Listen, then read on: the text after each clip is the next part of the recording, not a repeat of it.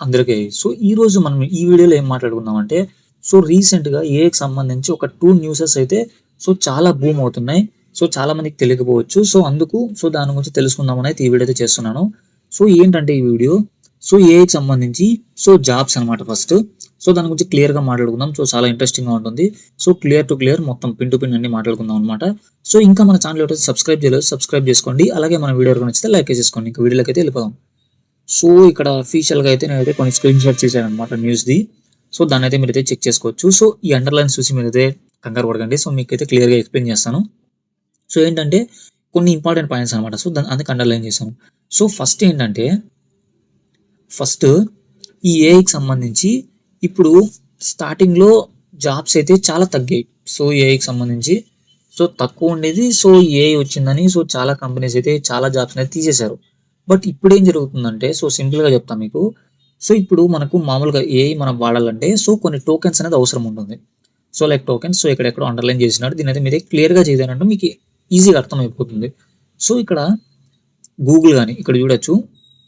Google, Uber గాని, Microsoft గాని ఇలా 3 కంపెనీస్ అయితే వీళ్ళు ఇలాంటి పెద్ద పెద్ద కంపెనీసే చెప్పారు. ఏమని? ఇప్పుడు ఏఐ వాడకంలో కొన్ని టోకెన్స్ అయితే అవసరమైతాయి. దీన్ని క్లియర్‌గా చెప్తే మీకు అర్థమవుతుంది. నేనైతే సింపుల్‌గా చెప్తున్నాను. మీకైతే ఆ టోకెన్స్ అయితే అవసరమైతాయి. ఏఐకి సంబంధించి కొన్ని టోకెన్స్ అయితే కావాలి. ఆ టోకెన్స్ కావాలంటే మనమైతే అమౌంట్ పెట్టాలి. కంపెనీస్ అయితే ప్రతి కంపెనీ ఎగ్జాంపుల్ ఊబర్ తీసుకుందాం. ఊబర్ ఎలా అంటే దాని గురించి కూడా ఇచ్చారు ఇక్కడ. ఊబర్ వచ్చేసి ఒక సంవత్సరం పాటు ఆ ఏఐ టోకెన్స్ వాడదామని కంపెనీస్‌కి అయితే ఇచ్చింది. అంటే ఎంప్లాయర్స్‌కి ఇచ్చేసింది. వాళ్ళేం చేశారు అంటే వాడేశారు దాన్ని. సంవత్సరం వస్తుంది అనుకున్నదండి. ఓన్లీ 6 నెలలో లేదంటే 4 నెలలో దగ్గర దగ్గర అంతే అనమాట. అలాంటి 4 మంత్స్‌లోనే వాడేశారంట దాన్ని. అంటే అంత ఖర్చు అవుతుందంట. ఆ టోకెన్స్ చూసారనుకోండి ఆ ఏఐకి పెట్టేవి. ఆ ఏఐకి పెట్టడానికంటే అంటే ఎంప్లాయర్స్‌కి నెక్స్ట్ ఇతర ఖర్చులు అవి కాకుండా ఈ ఏఐకే ఎక్కువ అయిపోతుందంట. ఆ టోకెన్స్. అని వాళ్ళైతే వెల్లడించారు. గూగుల్ కూడా ఒక అడుగైతే వెనక్కేసిందనమాట. దీనివల్ల మైక్రోసాఫ్ట్ కూడా అలాగే చెప్తున్నారు. ఇలాంటి పెద్ద పెద్ద కంపెనీసే ఏఐకి సంబంధించి అమౌంట్ అయితే చాలా ఖర్చు అవుతుందంట. సేమ్ ఇదే మెయిన్ ఇష్యూ అంటే ఇదే అనమాట. ఏఐ వల్ల పని అయితే త్వరగా అవుతుంది. బట్ ఏఐకి అమౌంట్ అయితే చాలా ఖర్చు అయిపోతుంది.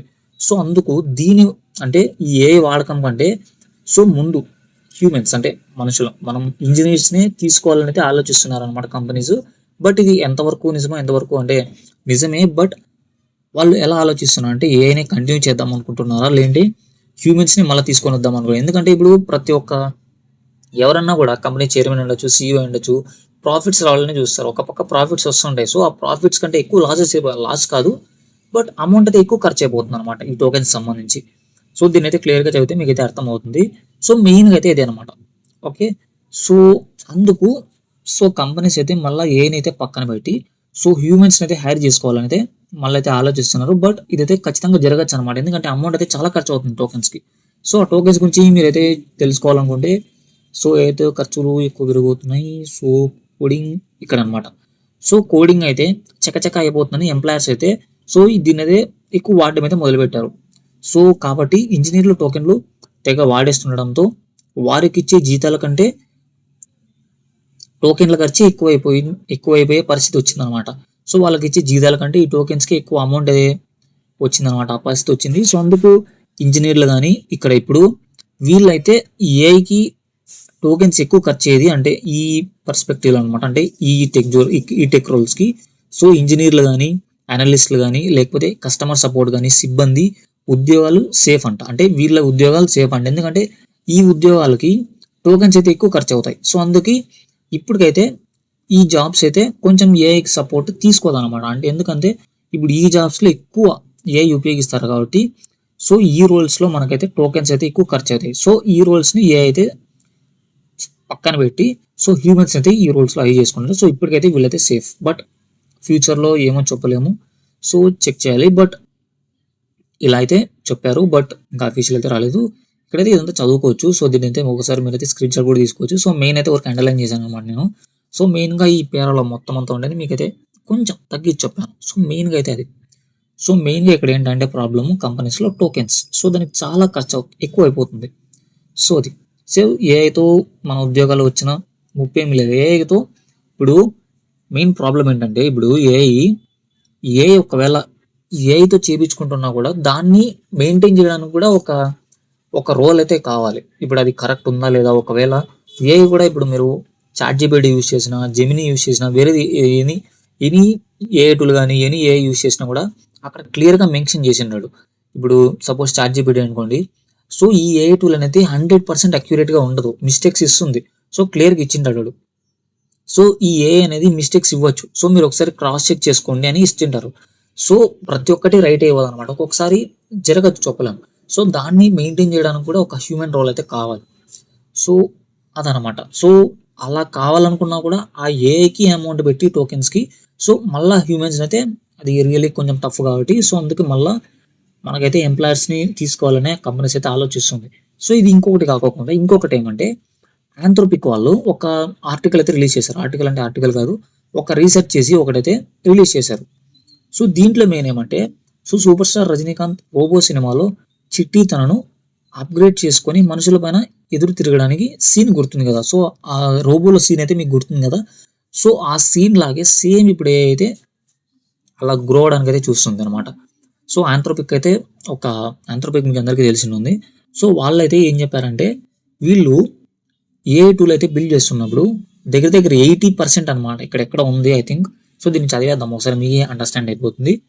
సో ఎక్కడ ఉంది, సరిగ్గా అలాంటి సైన్స్ ఫిక్షన్ పరిణామాలే నిజ జీవితంలోనూ సంబంధించే ప్రమాదం ఉంటుందని సో ప్రముఖ ఏఐ సంస్థ ఆంథ్రోపిక్ సంచలన హెచ్చరిక చేసిందంట.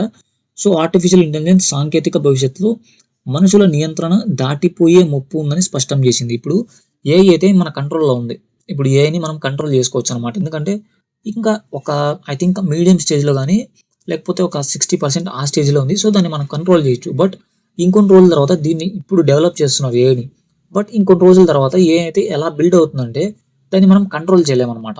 సో ఒక స్టేజ్కి ఎలా వెళ్తుందంటే వీళ్ళు చెప్తుండే దాని ప్రకారము, ఇప్పుడు మనం రోబో సినిమాలో చిట్టి అయితే రెడ్ చిప్ ధరించిన తర్వాత, అంటే రెడ్ చిప్ వచ్చిన తర్వాత సో తనంతకు తానే రోబోస్ తయారు చేస్తారు కదా. అలా ఒక ఏఐ అనేది ఇంకా అంటే ఒక బ్రెయిన్ ఉందనుకోండి, ఒక బ్రెయిన్లో సంథింగ్ 60 కానీ 65% కానీ నాలెడ్జ్ ఉంది. సో ఆ ఏఐ టూల్ అనేది ఒక 70% నాలెడ్జ్ ఇంకొక ఏఐ టూల్ అయితే జనరేట్ చేసుకోవచ్చు అంట. సో అలా ఏఐ టూల్స్ అయితే సో మల్టిపుల్ అయితే మన హ్యూమన్ సపోర్ట్ లేకోకుండా, అది ఆ వర్డ్ అండర్లైన్ చేసుకోండి మీరు. సో హ్యూమన్ సపోర్ట్ ఉండదు. సో సొంతంగా అది ఆ ఏఐ టూలే సో మల్టిపుల్ ఏఐని మనమైతే జనరేట్ చేయొచ్చు అనమాట. అది సో అలాంటి దీనికి ఎదుగుతుందంట ఏఐ అనేది. సో అలాంటప్పుడు మనం హ్యూమన్స్ అయితే కంట్రోల్ చేయలేదండి. సో అలాంటప్పుడు మనకైతే ప్రాబ్లం అవుతుందని వీళ్ళైతే హెచ్చరించారనమాట. సో ప్రముఖ చాట్బోట్ క్లాడ్ను రూపొందించిన ఈ సంస్థ ఏఐ వ్యవస్థలు మనుషుల ప్రమేయం లేకుండా తమకు తామే మరింత శక్తివంతమైన కొత్త రూపాలను సృష్టించుకొని రికవరీ సెల్ఫ్ అనమాట.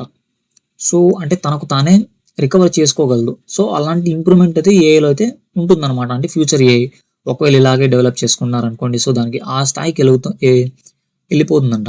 సో ఇందుకు నిదర్శనంగా అంటే ఇందుకు మనకైతే ఒక ప్రూఫ్గా అయితే వాళ్ళు తమ సాఫ్ట్వేర్ని బిల్డ్ చేసుకుంటున్నప్పుడు ఏకంగా 80% ఆఫ్ కోడ్, అంటే 80% ఆఫ్ కోడ్ని ఏఐ రాసిందంట. 80% ఆఫ్ కోడ్ అంటే ఊహించుకోండి మీరు, 80% ఆఫ్ కోడ్ అంటే ఎలా, ఇట్స్ హ్యూజ్ బిగ్ అనమాట. సో అందుకు వీళ్ళు ఏం చేసిందంటే అలాంటి స్థాయికి వెళ్ళాక సో కొంచెం వైద్య కానీ అంటే డాక్టర్స్ కానీ హాస్పిటల్ ఇలాంటి రంగాలకైతే ఓకే, బట్ మనకి చాలా ఇబ్బంది ఉంటుంది అనమాట వేరే రంగాల్లో. సో మనం కంట్రోల్ చేయలేకపోతే, సో అందుకు కొన్ని రోజులు ఏఐ అంటే డెవలప్మెంట్ అంటే మామూలుగా డెవలప్ చేస్తుంటారు కదా. సో ఇప్పటికీ కూడా మనం ఇక్కడ ఉన్నాం, బట్ అక్కడ ల్యాబ్స్లో ఎంతమంది డెవలప్ చేస్తున్నారంటే ట్రై చేస్తుంటారు అనమాట. నెక్స్ట్ ఇంకా ఏం డెవలప్ చేయొచ్చు అలా పరిశోధనలు అయితే జరుగుతూనే ఉంటాయి ల్యాబ్లో.